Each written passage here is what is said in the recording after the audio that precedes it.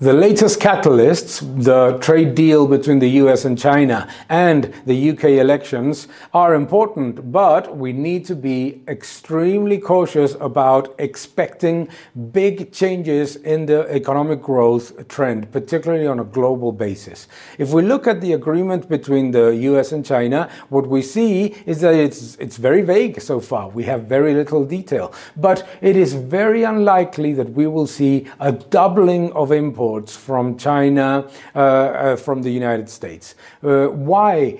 Particularly because the inventory data in China and the capacity utilization data in China, as well as the shortage of dollars, what shows is that China is not importing less than what it needs, actually the opposite. And what we need to look at, therefore, is that there is probably a situation in which if there's an improvement in imports from the United States, it'll also mean that that is less imports from other countries, more of a zero-sum game that we have discussed in this video blog a few times. An important factor about the Eurozone as well is in the latest PMI figures. Everybody expected a significant bounce in the manufacturing and services PMI in the Eurozone, and the flash PMIs in December showed a very weak environment. More stimulus from the European Central Bank and the latest catalyst of the China trade deal, or the Brexit agreement and the elections in the UK, are not going to change